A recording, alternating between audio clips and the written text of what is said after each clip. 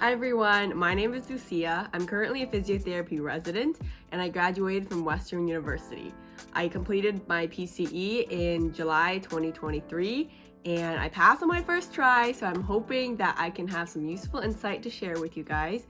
The topics I'm going to cover today are listed on the screen, and so let's just get started on the first one. So generally for this exam, people usually start studying 3 to 4 months prior. I would just recommend that if you're just starting out, make sure you review the CAPER resources. So make sure to go on their website to review the essential guide for candidates. Some key points to note is that as much as this exam is based on physiotherapy content and really studying the specific information, physiotherapy expertise is only around 50% of the exam. The other half of the exam covers skills like leadership or communication, things like that. So make sure to not neglect those areas if you feel like you need to brush up on those.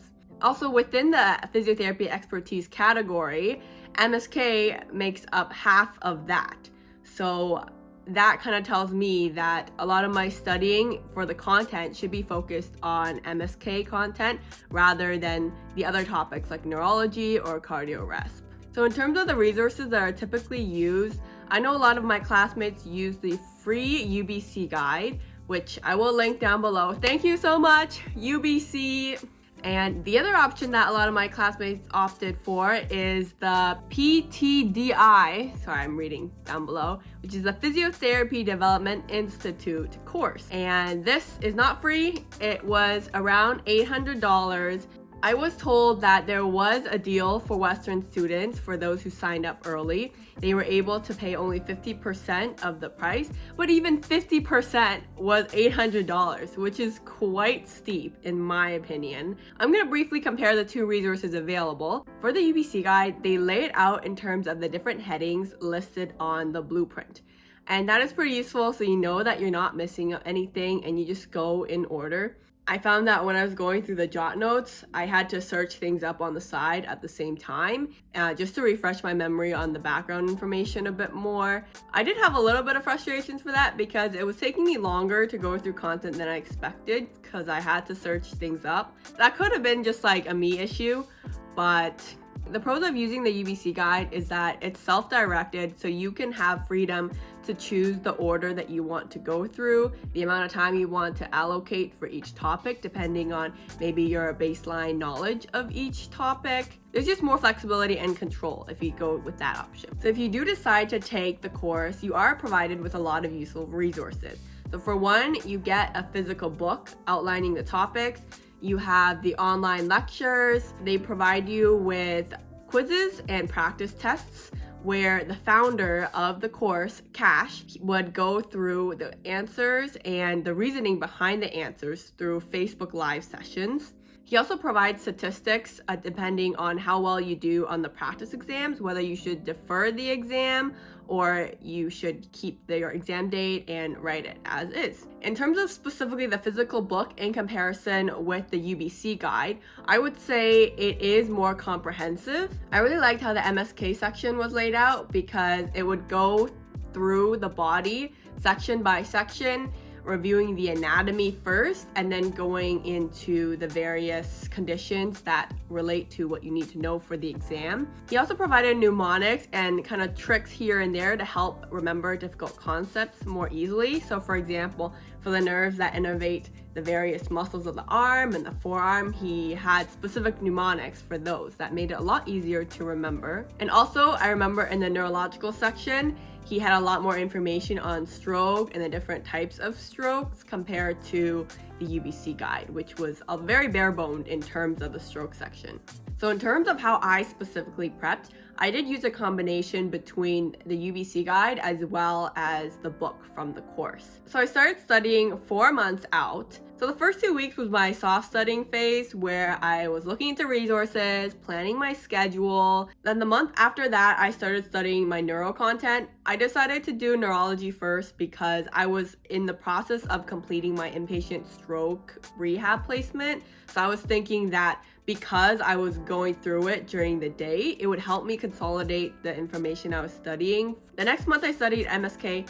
The month after that, I did cardio-resp and other topics. Then for the last 2 weeks, I use it as like a buffer room, reviewing certain topics, going through my flashcards more. I do think this time period should have been longer. I remember getting there and thinking like, why did I only leave 2 weeks at the end to do this?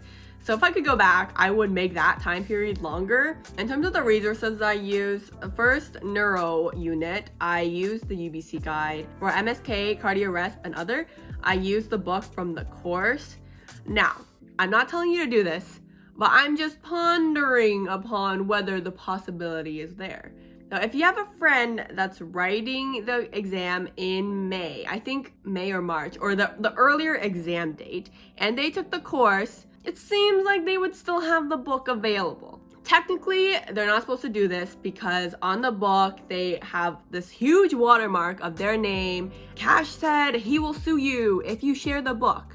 So I'm not telling you to do this. I'm not telling you to do something that's not allowed. Cash, if you're watching this and you're shaking your head, please consider this proposition. Sell the book itself, $200, $100 for those of us who are not filthy rich. And I think I would have bought the book if you sold that separately. But $800, ain't no way. Yeah, anyways, continuing on. As I was going through the resources, I made sure to understand the concepts, doing any additional search online when needed. And for the things that I knew that I wouldn't just understand and remember, I made flashcards on Anki. And I tried as regularly as I could to do them. My original plan, I was like, when I move on to MSK, I'm still gonna be doing my neuro cards. I'm gonna keep the information fresh, but no, that did not happen. That's okay if you can't fully keep up with all your flashcards, as long as at the very end, before you take the exam, you revisit the flashcards and kind of refresh everything again. As I was getting closer to the exam, I was studying around 2 to 3 hours per day. Now, this really varies. Some people I hear, they barely studied and they passed. So it's really up to you and your comfort level. This was definitely the toughest part of physiotherapy school for me, because I had a full day of placement and then having to study after that, it's just the worst. But just know everybody else is going through it. It sucks. I know. Hopefully, maybe this will be useful. Now, another little bonus resource that I used 1 month before taking my exam is the NPTE podcast. This is a podcast that's based on an American physiotherapy exam called the NPTE. Granted, there are slight differences from the American exam to the Canadian exam. I heard they're a bit more medically focused, and it is a more challenging exam. However, the concepts are pretty similar, and I did find value in going through this podcast. So I'll put on the screen, they have various very short podcast episodes going through practice questions. Obviously, it's not the same to hear a question compared to actually reading it, but I still think it was useful. The host of the podcast does a really good job in terms of explaining the rationale and going through the answers with you. Even if I didn't fully understand what was going on, it was a good reminder for me to go back, look into something that I'm not fully sure about. And because it's so short, it's pretty easy to fit it into your day when you're waiting for the bus or, having a little lull in your day. Also, another thing to do as the exam is fast approaching is to build up the endurance of your focus. So the exam is 4 hours long. 4 hours, that is a long time to stay focused and, do question after question. So I think maybe around 2 weeks before the exam, I was doing flashcards kind of nonstop, trying to build up to 4 hours of focus and doing the flashcards when I would have my exam time. So my exam time was 8 a.m. in the morning. I would make sure to wake up on a time that I would be waking up for the exam. As 8 p.m. came, I started doing my flashcards to kind of prepare my body and my mental endurance to get through this exam. And you can do this for practice exams too. So instead of just doing the flashcards at that time, do a whole practice exam. Start at the time that you would normally start and don't stop. Don't stop in the middle and think, oh, I'm gonna start checking the answers. No, you have to pretend like this is a real deal.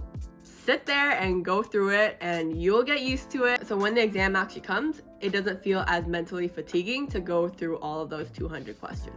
Now, I know I said not to neglect the content outside of physiotherapy expertise. I think during the last 2 weeks, I dedicated some time to go through the standards and guidelines posted on the college website. You don't have to know the nitty-gritty things too much. Just understand the general guidelines. I did hear that if you went to school in Canada, you pretty much know these pretty well because of having placement in Canada. So if you are an international student who doesn't have a lot of experience in Canada, perhaps allocate more time to review this and to really understand this part. Finally, my last section is 2 to 3 days before the exam. What do? I know you're freaking out and you're internally screaming, but I would say the focus of this critical time is to maximize your cognitive and physical functioning. So as hard as it is, try to taper off of your studying. You can still look at content. I was still studying right up until the day before. Don't do too much each day where you're so exhausted when the time actually comes to do the exam. Get your sleep in, eat well, and also don't do anything out of the ordinary. So don't eat anything that's you would never eat normally, or try out a new restaurant, because I just felt I didn't want to take any risk of getting food poisoning or finding out you're allergic to something. Since they said they normally don't do refunds, there's no way I'm losing my money on this exam. So just don't risk it. I think that's all I have for my tips. For those classmates that are watching, comment down below if I missed anything or if you found anything useful. I hope this helps. Study with your friends, build that sense of camaraderie, and you will get through it. Don't worry, you can do it. Thank you so much for watching, and I'll see you next time. Good luck on passing your exam. Wishing you all the best. Bye.